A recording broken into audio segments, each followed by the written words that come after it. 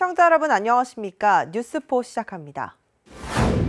수도권에 이어 지역 부동산 시장 거래 절벽도 심화되고 있습니다. 마포구가 홍대거리 활성화를 위한 청사진을 발표했습니다. 평창군이 겨울철 폭설에 대비해 제설 장비 사전 점검 및 정비를 실시합니다.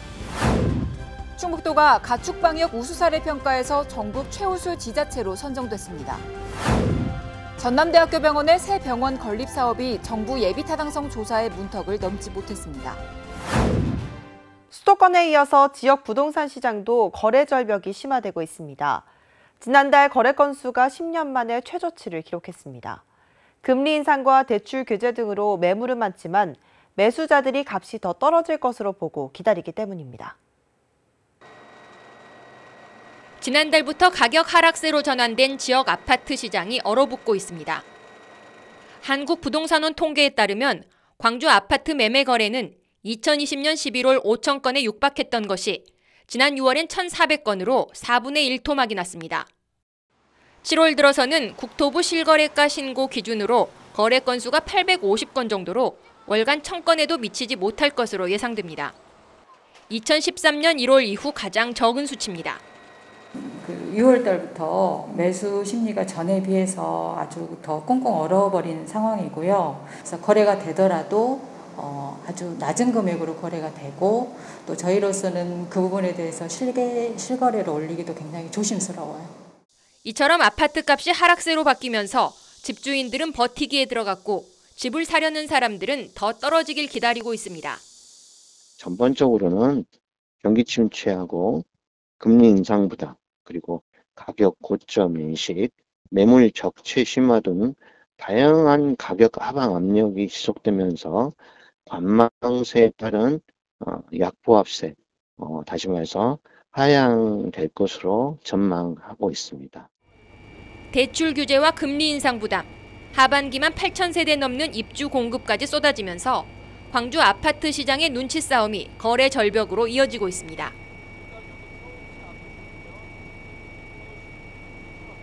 지난 광복절에 나주 출신 독립유공자 2명이 뒤늦게 정부 포상을 받았습니다. 숨진 지 120여 년 만에 인정을 받은 겁니다. 지난 8월 15일 광복절에 독립운동가로 인정돼 포상을 받은 고 박근욱 씨와 박화실 씨. 형제는 1895년 명성황후가 시해된 후 나주에서 활동하며 친일파를 처단하고 상소문을 올리는 등 항일 의병 활동을 했습니다. 두 분은 나주에서 1896년에 일어난 정기의병에 참여해가지고 주동자로 참여하셔가지고 그의 활동 내역이 인정이 돼가지고 이번에 포상을 받게 되었습니다. 의병이 해산되면서 고향인 나주를 떠났고 지난 1902년 숨진 것으로 알려졌습니다. 이들의 후손인 고 박민홍 씨와 박여웅 씨, 고 박사화 씨도 독립운동가로 인정받아 지난 1990년대에 보훈처 포상을 받았습니다. 하지만 박근욱 씨와 박화실 씨의 의병 활동은 뒤늦게 알려졌습니다. 늦게나마 이렇게 상을 받게 돼서 그나마 다행입니다. 많은 분들이 저처럼 모르고 지내는 분들이 많을 것 같아요. 그런 분들도 다시 다 발굴해서 이제 상을 받았으면 좋겠네요. 보훈처는 박근욱 씨와 박화실 씨의 포상을 수령할 선순위 유족을 확정하고 있다며 앞으로도 독립유공자 발굴에 힘쓰겠다고 밝혔습니다. 수도권 소식입니다. 임대차 신고제는 임대차 시장의 실거래 정보를 투명하게 제공하고 임차인의 권리를 보호하는 역할을 하는데요. 2021년 6월 1일부터 체결된 주택 임대차 계약, 계도 기간 안에 신고해야 합니다. 이 기간이 지난 후에는 과태료 대상이 되기 때문인데요. 이를 대비해 계약 신고를 위한 자세한 내용 안내합니다. 신고 대상은 2021년 6월 1일 이후 체결된 보증금 6천만 원 또는 월세 30만 원을 초과한 주택입니다. 계도 기간은 2021년 6월 1일부터 2023년 5월 31일까지며 계도 기간 중에도 신고 의무는 존재합니다. 이 기간에 거짓 신고를 다시 이행하면 과태료 비대상이 됩니다. 주택 임대차 계약 신고서와 주택 임대차 계약서를 구비한 후 부동산 거래 관리 시스템을 통한 온라인 혹은 관할 동주민센터로 방문해 신고할 수 있습니다. 문의는 마포구청 부동산정보과를 통해 가능합니다. 계도기간이 지날 시 과태료를 부과하는 만큼 정확한 정보를 참고해 신고하시길 바랍니다. 홍대 일대가 새로운 모습으로 바뀔 것으로 보입니다. 마포구가 홍대거리 활성화를 위한 청사진을 발표했는데요. 기능이 사라진 노후 시설물을 없애고 버스킹 공간과 주차 공간 확대 등을 계획하고 있습니다. 마포구가 홍대 일대 활성화를 위한 계획을 발표했습니다. 먼저 노후시설을 개선합니다. 활용도가 떨어졌던 여행자 편의시설은 지붕을 없애고 바닥 분수가 있는 대형 버스킹 공간을 설치할 예정입니다. 흡연 공간으로 쓰이며 의미가 사라져버린 야외 전시존 역시 옹벽이 철거됩니다. 다음으로 차량 관련 문제를 개선합니다. 동교동 윗잔다리 공원은 지하 4층 규모의 주차장을 만들어 주차난을 해소할 예정이고 차 없는 거리는 평일 야간 시간대까지 확대해 운영합니다. 마포구는 구청 내 홍대 특화팀을 만드는 등 문화예술 관광특구 지정 2년차를 맞아 홍대거리 활성화에 노력할 예정입니다. 광역시 소식입니다. 그동안 방문 신청만 가능했던 가정용 친환경 보일러 설치비 보조금 신청이 이제 인터넷으로도 가능합니다. 대전시가 오는 12월 9일까지 친환경 가정용 보일러 설치비 보조금 신청을 받습니다. 인터넷 접수와 인증 시스템 도입으로 보조금 신청이 한층 편리해졌습니다. 이제 컴퓨터나 휴대전화로 가정용 보일러 인증 시스템에 접속하면 누구나 간편하게 보조금 신청이 가능합니다. 또한 인증 시스템 도입으로 보조금 신청서 등 5종 이상의 필요 서류가 신청동에서 일식으로 간소화됐으며 사진 등 증빙 서류도 시스템에 직접 입력이 가능해졌습니다. 한편 대전시는 친환경 가정용 보일러 신규 설치와 노후 보일러 교체 시 일반 가정은 대당 10만 원, 저소득층 가정은 대당 60만 원을 지원하고 세입자가 저소득층인 경우에도 60만 원의 보조금을 신청할 수 있습니다. 신청 방법 등 자세한 사항은 대전시 홈페이지 공고문을 확인해 보시기 바랍니다. 전시 비상대비 태세를 확립하기 위해 대구 전역에서 을지연습이 실시됐습니다. 민관 군경의 긴밀한 협력과 공조체계를 구축해 전시 비상대비 태세를 확립하기 위해 22일부터 25일까지 대구 전역에서 을지연습이 실시됐습니다. 54번째를 맞은 을지연습은 행정기관, 군, 경찰, 유관기관 등 30여 개 기관에서 8천여 명이 참가했습니다. 첫날인 22일 불시에 전 공무원이 비상소집되고 홍준표 대구시장 주재로 2022년 을지연습 최초 상황보고회를 열어 상황조성 전문과 실국별 조치사항을 보고했습니다.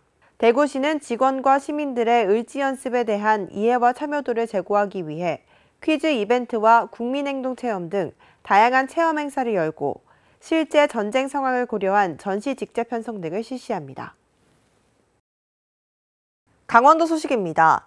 평창군은 9월 15일까지 겨울철 폭설과 도로 결빙 등에 신속하게 대비하기 위해 제설 장비 사전 점검 및 정비를 실시합니다. 이번 점검은 군청 보유 차량인 다목적 유니목 3대, 노면 청소차 1대, 백호로더 1대, 15톤 덤프 1대 등 총 6대와 임차 덤프에 사용될 부착용 제설기 21대, 부착용 살포기 21대를 대상으로 실시됩니다. 올해 제설 대책 기간은 11월 15일부터 내년 3월 15일까지인데요. 군은 이번 장비 점검을 시작으로 제설제를 사전 확보하고 제설 장비를 임차할 계획입니다. 특히 동절기 상습 결빙 구간인 군도 6호선 몰입제로는 9월부터 10월까지 자동 염수 분사 장치를 설치하여 초기 선제적 대응이 가능하도록 할 예정입니다. 이에 군은 겨울철 대비 제설 장비 점검을 통해 폭설, 도로 결빙으로 인한 안전사고를 사전에 대비하고 신속한 제설을 통해 군민들의 불편을 최소화할 수 있도록 최선을 다하겠다고 말했습니다. 횡성군이 민선 8기 100대 공약 사항의 구체적 이행 계획을 확정하고 정책 브리핑을 개최했습니다. 군은 면밀한 검토를 거쳐 100대 공약 사항의 구체적 이행 계획을 확정했으며 7개 전략 분야로 범주화했다고 밝혔습니다. 또한 100대 공약 사항 중 84건은 당초 구상대로 공약 이행 계획을 원안 확정했으며 그 외 12건은 행정 현실에 맞도록 효율적으로 공약명을 일부 조정했습니다. 군은 민선 8기 군정 추진의 기본적 토대인 공약사항 이행을 통해 낮은 자세로 군민과 적극 소통하고 군민이 부자 되는 희망 횡성, 행복 횡성이 되도록 최선을 다한다는 계획입니다. 충청도 소식입니다. 가축방역 우수 사례 평가에서 충북도가 전국 최우수 지자체로 2년 연속 선정됐습니다.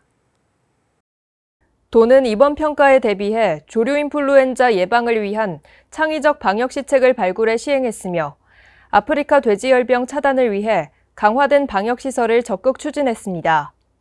또한 구제역 백신 예방 접종을 지원함으로써 전국 최고 수준의 항체 형성률을 달성했습니다.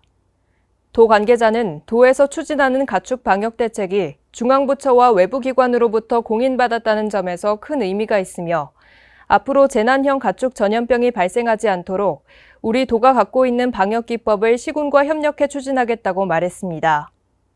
충북도가 한우 암소와 돼지 출하 시 도축 수수료를 지원합니다. 이번 지원은 한우 사육 마리수가 증가하는 가운데 생산비 과중을 겪고 있는 축산농가의 부담을 완화하고 축산물 수급의 안정화를 위해 진행됩니다. 지원 대상은 8월 22일부터 9월 8일까지 도축하는 한우, 암소와 돼지에 한하며 지원금은 도축 확인 후 11월부터 축산발전기금을 활용해 일괄적으로 지원될 예정입니다. 지원금을 받고자 하는 농가는 오는 9월 30일까지 소는 전국 한우협회 시군지부에 돼지는 농장 소재지 읍면동에 신청하면 됩니다. 경상도 소식입니다. 양산시 동서 균형 발전을 위한 지방도 1028호 국도 승격 추진을 통해 균형 발전은 물론 밀양댐 원수 공급도 가능해져 일석이조의 효과가 예상됩니다. 이에 박완수 경남지사는 공감과 지원 의사를 밝히고 지난 5일 물금 취수장을 방문했으며 나 시장은 경남도 차원의 관심과 지원을 요청하고 녹조 대책 논의와 지역 현안 사업을 건의했습니다. 국도 승격을 통한 웅산 상북간 터널 공사 시 상수도 매설을 위한 토목 굴착 공사를 터널 공사와 병행하게 되면 웅상 지역의 밀양댐 원수 공급이 천문학적 예산 투입 없이도 가능해져 예산 부담을 덜 수 있습니다. 이에 따라 지방도 1028호 국도 승격 추진 사업은 양산의 동서 최단거리 연결로 지역 간 균형 발전은 물론 웅상 주민들에게 양질의 수돗물 공급이라는 명분도 얻게 돼 더욱 탄력을 받을 것으로 기대를 모으고 있습니다. 한편 나 시장은 지난 10일 대통령실을 방문해 이진복 정무수석에게 지방도 1028호선 국도 승격 협조와 더불어 부울경 국립수목원 조성, 양산사송 하이패스 나들목 설치 사업비 LH 전액 부담 등 지역 주요 현안 사업을 설명하고 적극적인 협조 지원을 건의했습니다. 양산의 대표적인 천년 고찰이죠. 유네스코 세계문화유산인 통도사에 첨단 디지털 기술을 활용한 빛의 향연이 펼쳐져 지역의 새로운 볼거리가 될 전망입니다.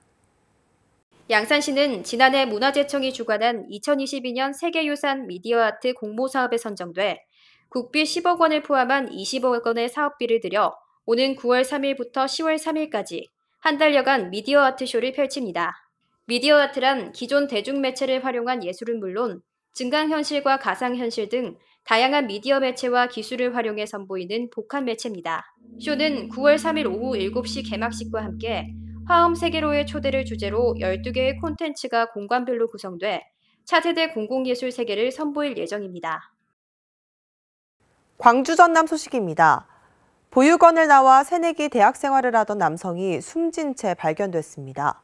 숨진 대학생은 보육원에서 받은 자립금이 다 떨어져 힘든 생활을 했던 것으로 드러났습니다.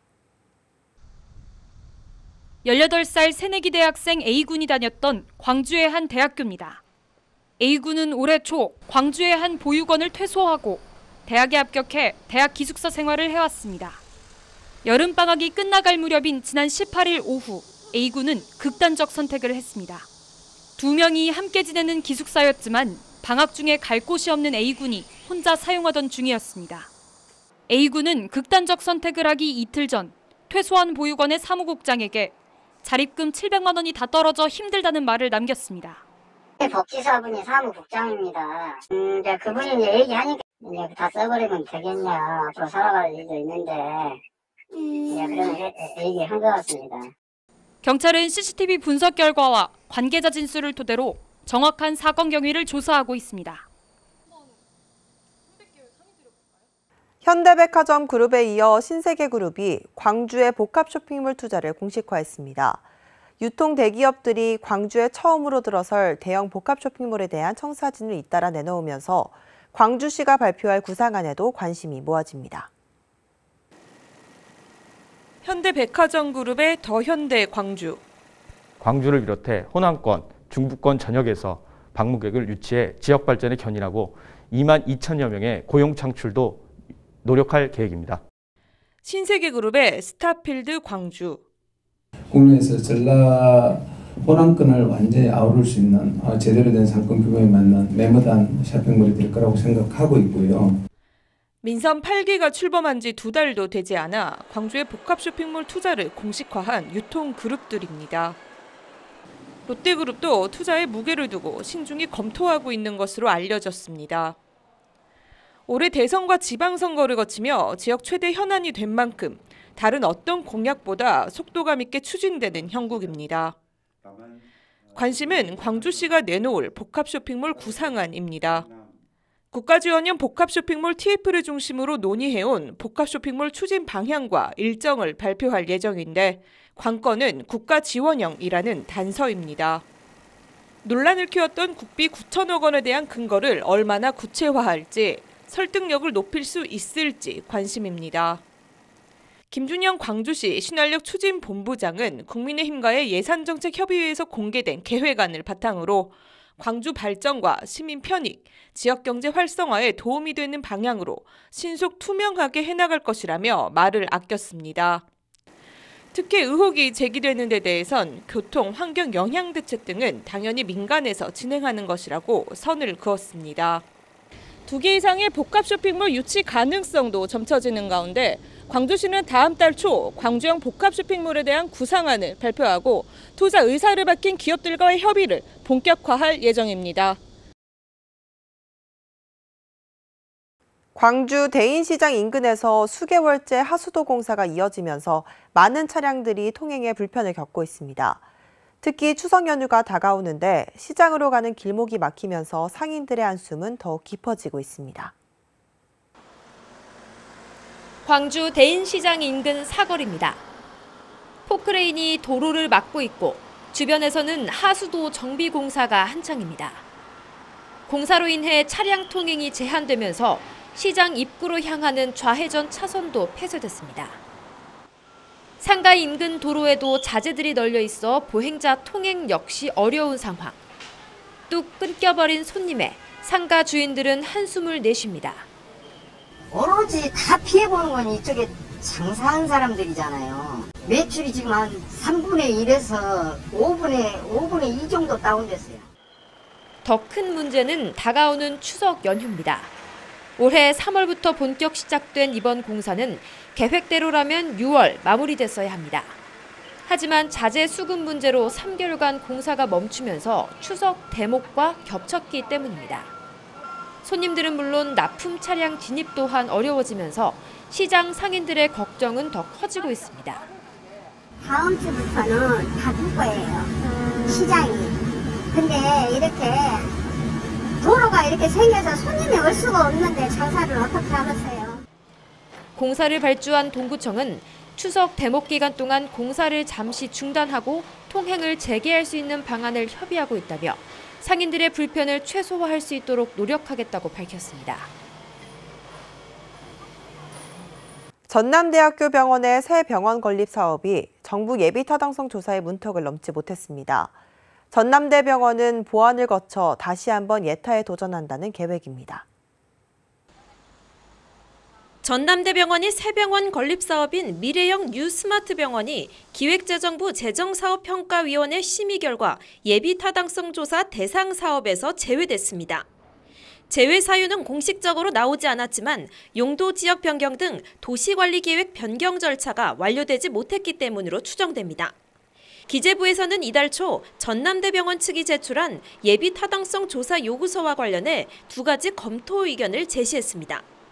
병원 이사회가 새 병원 건립 관련 의결사항을 이행하지 않은 것과 현재 의과대학 부지를 병원 부지로 용도를 변경하는 도시관리계획 변경 절차가 완료되지 않은 것 2가지였습니다. 전남대병원은 지난 5일 병원 이사회 의결을 마무리하고 도시관리계획 변경은 광주시에 공문으로 대체하는 등 용도 변경을 위한 서류도 보완을 했다며 이해할 수 없다는 반응입니다. 공문만으로도 이제 가능하다고 생각했던 게 도시관리계획 변경 전에 예타 대상사업 선정된 사례가 있어서 공문으로 이제 왜냐하면 저희 땅이고 저희가 뭐 구매해야 될 땅이 아니에요. 그래서 저는 이제 문제 없을 거라고 당연히 생각했었거든요. 전남대병원은 도시관리계획 변경을 마친 뒤 예타에 재도전한다는 계획입니다. 하지만 유관기관 협의와 입안계획 수립, 주민 의견 청취, 도시계획위와 공동의 심의 등 일련의 과정에 적어도 수개월이 소요될 것으로 보여져 연내 통과 여부는 불투명해졌습니다. 12일자 이제 접수가 됐습니다. 이제 절차상으로 큰 무리가 없다면 연내 마무리가 가능하고요. 4개월에서 6개월 저희가 검토를 하고 있거든요. 부지 용도 변경이라는 장애물로 인해 오는 2024년부터 신축 사업을 진행한다는 전남대병원의 새 병원 신축 계획에도 차질이 우려됩니다. 민선 8기 광주광역시가 의욕적으로 추진하고 있는 수소 트램 도입과 관련해 기대와 우려의 목소리가 교차하고 있습니다. 지하철 사각지대를 중심으로 트램을 연결한다는 취지는 좋지만 오히려 교통 혼잡이 더 심해질 수 있다는 지적도 나옵니다. 강기정 광주시장이 후보 시절부터 거듭 도입 의욕을 밝혀온 친환경 수소 트램. 민선 8기 첫 조직 개편에서 철도 트램 정책팀을 신설한 것도 이 같은 의지가 반영된 것으로 풀이됩니다. 지난달 국민의힘과의 예산정책협의회에서는 국가지원형 복합쇼핑몰 유치 계획을 밝히며 트램 등 교통망 확충에 6천억 원의 국비를 요청하기도 했습니다. 여의치 않으면 강기정 시장은 11호 트램을 건설하겠다며 강력한 추진 의지를 드러내고 있습니다. 이번 민선 8기 첫 추가 경정 예산안에는 관련 용역비 1억 원을 반영했습니다. 인수에서 제한된 노선이 나왔지 않습니까? 이제 말씀하시고 그래서 이제 그런 부분에 대해서 이제 실제로 방안을 검토를 해볼 필요가 있어서 예산을 이번에 추경에 이제 반영 요청을 해놨거든요. 광주시가 추진하고 있는 트램 사업은 크게 2단계로 나뉩니다. 1단계는 농성역에서 버스터미널, 전방, 일심방직, 챔피언스 필드 구간으로 총 사업비 720억 원을 예상하고 있습니다. 2단계 구간은 광주역과 챔피언스 필드, 극락강역, 광주 송정역을 연결합니다. 지하철 사각지대를 중심으로 노선을 구성해 이용 편의가 늘어날 것이라는 기대의 목소리도 있습니다. 하지만 막히는 도로 위에 최소 2개 이상의 전용 차로를 확보해야 해 교통 혼잡이 더 심해지고 교통사고 위험도 커질 수 있다는 우려가 나옵니다. 도시의 구조와 지형, 교통 환경을 종합적으로 판단해야 한다는 지적이 나오는 이유입니다. 수요 관리 정책이라고 하는데 그거를 해서 차들은 못 들어오게 하고 대중교통만 들어오게 한 거죠. 시민들과의 소통이 굉장히 중요하죠. 예. 어느 정도의 희생은 감수하겠다는 정도가 합의가 돼야 되는 거죠.